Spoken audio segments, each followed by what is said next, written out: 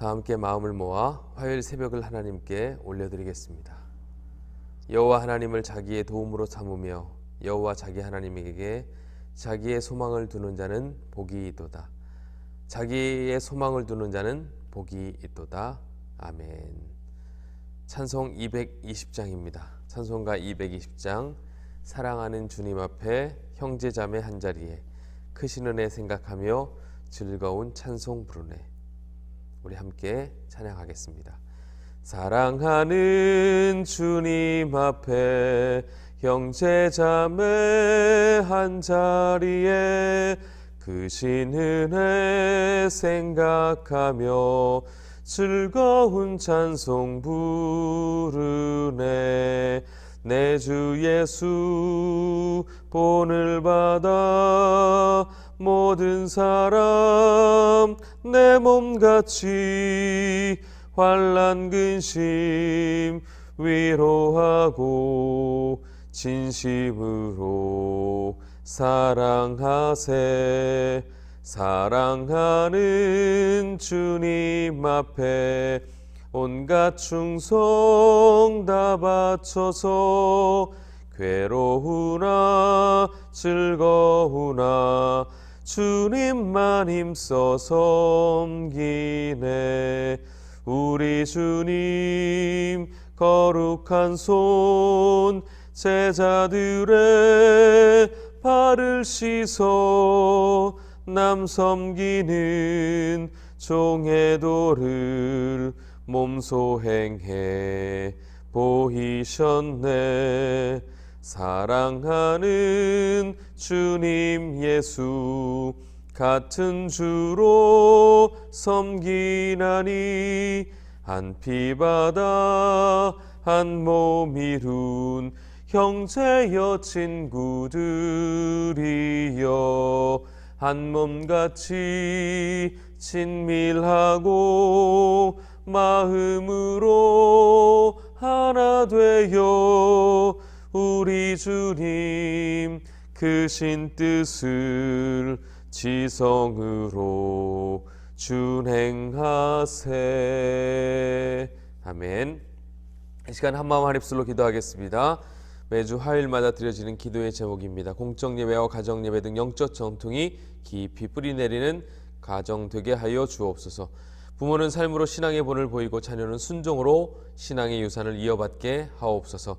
자녀들이 영성과 인성, 지성을 겸비한 귀한 일꾼으로 쓰임받게 해달라고, 특별히 내일부터 추석 명절의 시작인데 안전하고 행복한 추석 연휴 명절 되게 해 주옵소서. 쉼과 안식을 허락하여 주옵소서. 이러한 기도의 제목을 가지고 함께 기도하겠습니다. 기도합니다. 하나님 아버지 감사합니다. 저희들을 사랑하셔서 오늘도 귀한 날을 주시고 특별히 또 이 시간 주 앞에 구별하여 나오게 하시니 감사합니다. 우리의 기도와 우리의 찬송을 주님께서 들으시고 주님 응답하여 주옵소서. 특별히 매주 화요일은 믿음의 명문가를 이루기 위해 기도하고 있습니다. 우리 가정이 하나님이 기뻐하시는 귀한 믿음의 가정 되기를 간절히 원합니다. 나부터 하나님의 풍성한 은혜를 경험케 하시고 그 은혜와 그 사랑이 흘러 우리 자녀들과 우리의 믿지 않는 가족에까지도 흘러 들어갈 수 있도록 주여 도와주옵소서. 부모는 삶으로 신앙의 본을 보이게 하시고 자녀는 순종으로 신앙의 유산을 이어받게 하여 주옵소서. 특별히 우리 부모들이 깨우는 이 새벽 예배가 자녀들에게 평생 복이 되게 하여 주옵소서. 특별히 내일부터는 민족 고유의 명절인 추석 명절입니다. 주님 안전하고 행복한 추석 명절 되게 하여 주시고 쉼과 안식을 경험하는 복된 시간 되게 하여 주옵소서. 하나님 아버지 감사합니다.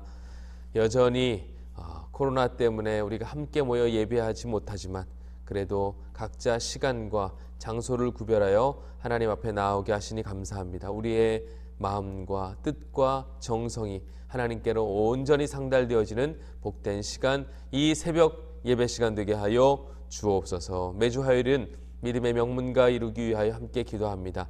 우리의 자녀들이 정말 믿음의 아름다운 세대 계승자가 되게 하여 주시고 믿음 아름다운 유산이 우리 자녀들 세대의 아름다운 열매로 꽃피울 수 있도록 주여 도와 주옵소서. 부모는 삶으로 신앙의 본을 보이게 하시고 우리 자녀들은 순종으로 아름다운 신앙의 열매를 맺어가게 하여 주옵소서. 특별히 우리 부모 세대가 깨우는 이 새벽 기도가 우리 자녀 세대의 평생의 복이 되게 하여 주옵소서.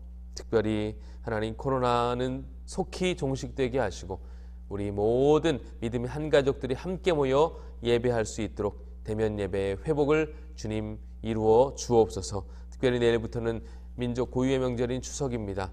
이 동간 안전하게 하시고 또 가족과 친지와의 만남 가운데 그리스도의 향기를 바라는 우리 귀한 성도들의 또한 삶과 모든 그런 시간들이 될 수 있도록 주님 도와 주옵소서. 감사를 드리며 예수님의 이름으로 기도하옵나이다.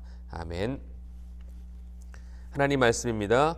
오늘 우리에게 주시는 하나님 말씀 고린도전서 16장 13절에서 24절까지의 말씀입니다. 고린도전서 16장 13절에서 24절까지의 말씀 봉독해 드리겠습니다. 깨어 믿음에 굳게 서서 남자답게 강건하라.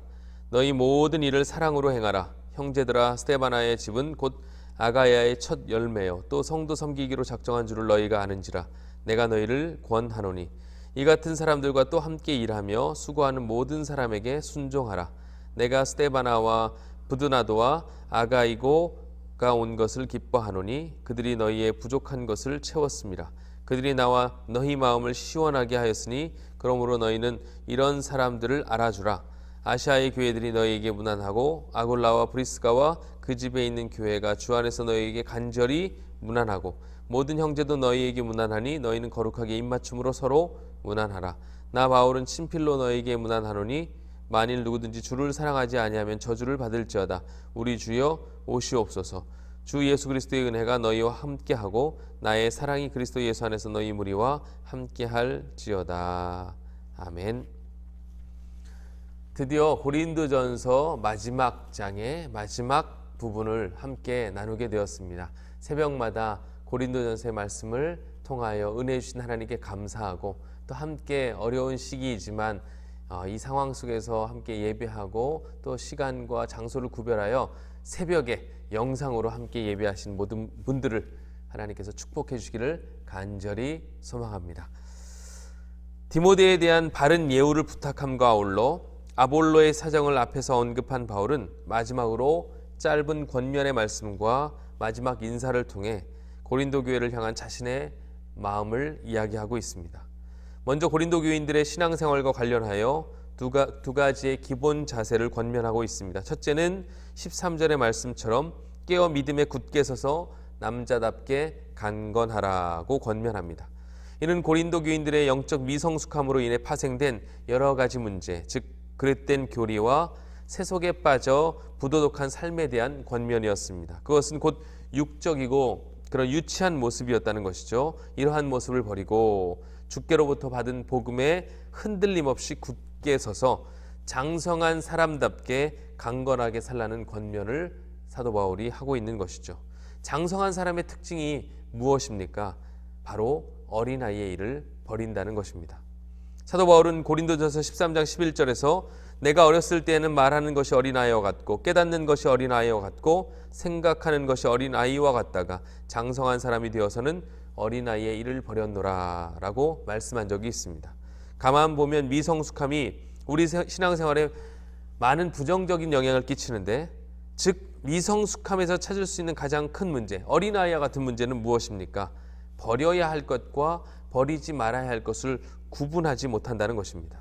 어른들의 시각에서 보면 다 버려야 할 것, 다 쓰레기 같아 보이는데 그것을 보물처럼 간직하는 경우라던가, 반대로 정작 필요한 것들은 또 그냥 필요하지 않은 것처럼 사용하는, 그리고 버리는 경우들을 보게 된다는 것이죠. 예전 일인데 저희 막내가 자기 삼촌에게 세뱃돈을 받았습니다. 그런데 그걸 가지고 있다가 싱크대에 그것을 버리더라고요. 그래서 처음에 저는 장난인 줄 알았는데 가만 보니까 그걸 진짜 버리는 거였습니다. 그래서 왜 돈을 버리냐 제가 물었더니 돈이 구겨져 있어서 싫어서 버린다고 이렇게 이야기를 하더라고요. 돈이 구겨졌다고 해서 돈의 가치가 상실되는 것도 아닌데 가만 보니까 이게 바로 어린 아이가 가지고 있는 생각임을 알게 되었습니다. 무엇이 중요한지, 그리고 그것이 가지고 있는 정신과 가치는 외면한 채 눈에 보이는 것이 전부인 양 행동하는 그런 모습. 그런데 이런 어린아이의 모습이 우리의 신앙생활 가운데도 얼마나 많은지 모릅니다. 그러므로 어린아이의 모습을 버리고 장성한 사람의 분량으로 나아가는 그런 우리 모두가 되기를 간절히 소망합니다. 우리가 기도해야 할 것, 특별히 우리 교회 공동체가 신경 써야 할 것이 이것입니다. 미성숙한 모습은 버리고 성숙한 모습으로, 성숙한 공동체로 나아가는 것. 그것이 바로 물된 동산이 누리는 가장 큰 복이요 은혜인 줄 믿습니다. 그런데 이런 미성숙한 모습이 있는 자를 성숙하게 하는 또는 원동력이 있다고 사도 바울은 이어서 말씀하고 있습니다. 물론 그런 사람들에게는 지적과 훈계와 권면이 필요하지만 그것만 가지고는 결코 사람을 성숙시키거나 사람을 올바른 방향으로 나아가게 할 수 없다는 것이죠. 그럼 사람을 성숙하게 하는 가장 좋은 것은 무엇일까요? 바로 사랑이라는 것입니다. 그래서 사도 바울은 어린아이와 같은 모습을 보이는 고린도 교회 성도들을 향해 어린아이의 일을 버리고 모든 일을 사랑으로 행하라고 권면하고 있는 것입니다. 바로 14절에 너희 모든 일을 사랑으로 행하라. 앞에서 사도 바울은 깨어있는 굳센 믿음도 행위도 그것이 사랑 안에 이루어지는 것이 아니라고 한다면 무의미한 것이라고 언급한 바 있습니다. 한 아이가 자라기까지는 부모의 헌신과 사랑이 지속적으로 필요합니다. 여전히 부족하고 연약하지만 아이들이 그 부모의 사랑을 받을 때 비로소 온전한 인격체로 자라갈 수 있음은 우리가 너무나 잘 알고 있는 사실입니다. 마찬가지로 우리 성도들 또한 그러한 사랑과 또 사랑의 말과 성숙한 그런 사랑으로 말미암아 미성숙한 자들이 온전한 하나님의 사람으로 자랄 수 있다는 것, 또 미성숙한 공동체가 온전한 공동체로 자랄 수 있다는 것, 그것이 바로 사랑임을 사도 바울은 우리에게 가르쳐주고 있는 것입니다.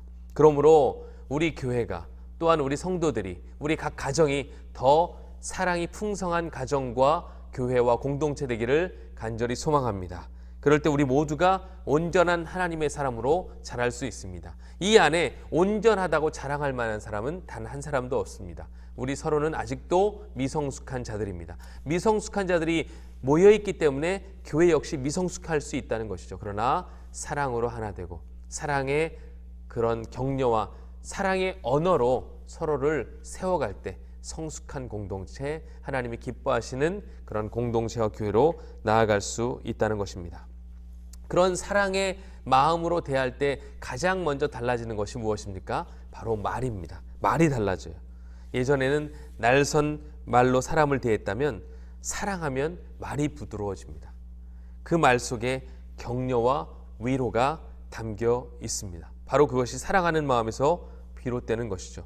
결국 그런 따뜻한 말 한마디, 사랑의 말 한마디는 사람을 살리는 힘이 된다는 것입니다.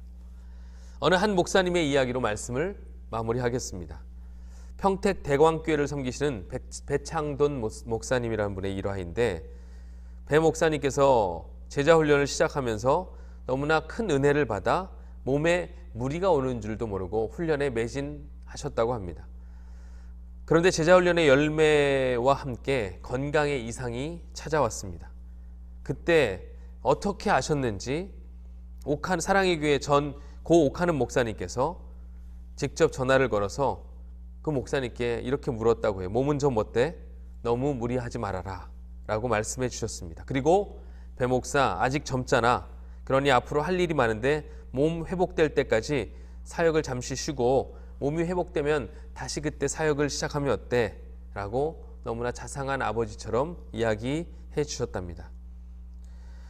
자신은 작은 교회 목사이고 시골 교회 목사인데 그런 작은 교회 목사의 건강까지 생각해주고 챙겨주시는 그 자상한 목사님의 모습에 감동하지 않을 수 없었다고 합니다. 그리고 이후 건강이 회복되자 얼굴 좋아졌네 라고 하시면서 자신의 일처럼 좋아하시던 목사님의 모습을 통해 큰 감동과 사역의 에너지를 얻을 수 있었다는 간증을 읽은 적이 있습니다. 옥하는 목사님의 따뜻한 말 한마디와 그 자상함이 젊은 목사, 번아웃된 목사에게 큰 용기가 되었다는 그 고백을 통해 사람을 감동시키는 자상한 말 한마디의 위력이 어떠한지를 새삼 느끼게 되었습니다. 사람을 감동시키는 사랑의 말 한마디가 한 사람의 인생을 바꾸고 사역의 방향을 바꾸고 그 결과 좋은 열매로 이어진다는 것, 바로 그것이 사랑이 가지고 있는, 따뜻한 말 한마디가 가지고 있는 능력이요 위력이라는 것입니다. 우리에게도 이러한 모습이 있어야 할 줄 믿습니다. 오늘 저는 두 가지의 기도의 제목을 가지고 함께 기도하길 원합니다. 첫째로, 이제는 어린아이의 모습을 버리고 성숙한 믿음의 모습을 보일 수 있는 저와 여러분의 신앙생활이 되게 하여 주옵소서. 두 번째로는 우리의 따뜻한 말 한마디, 사랑의 말 한마디가 주변의 연약한 자를 세우고 살리는 귀한 매개체 도구가 되게 하옵소서. 결국 이 일이 우리가 속한 공동체를 세우고 살리는 원동력이 된다는 사실을 기억하시고 그것을 위해서 기도해 주시길 바랍니다. 특별히 내일부터는 추석 연휴가 시작됩니다. 가족과 친지를 만날 때 우리의 따뜻한 말 한마디가 이 어려운 시대를 살아가는데 큰 힘이 되어지고, 또 소통의 부재로 관계 어려움이 있는 분들이 있다면 우리의 말 한마디가 윤활유가 될 수 있기를 바랍니다. 오늘 이 새벽 이러한 기도의 제목을 가지고 함께 기도하시오. 주님의 풍성한 은혜와 사랑을 누리는 복된 이번 한 주간, 복된 추석 명절 되시기를 주님의 이름으로 축복합니다. 다음 주에는 아마 신명기 말씀을 가지고 함께 새벽 말씀을 나눌 터인데, 다시 기대하는 마음으로 또 새벽 예배에 동참하실 수 있는 여러분들 되셨으면 좋겠습니다. 기도하겠습니다. 하나님 아버지, 오늘 귀한 말씀을 함께 나누었습니다.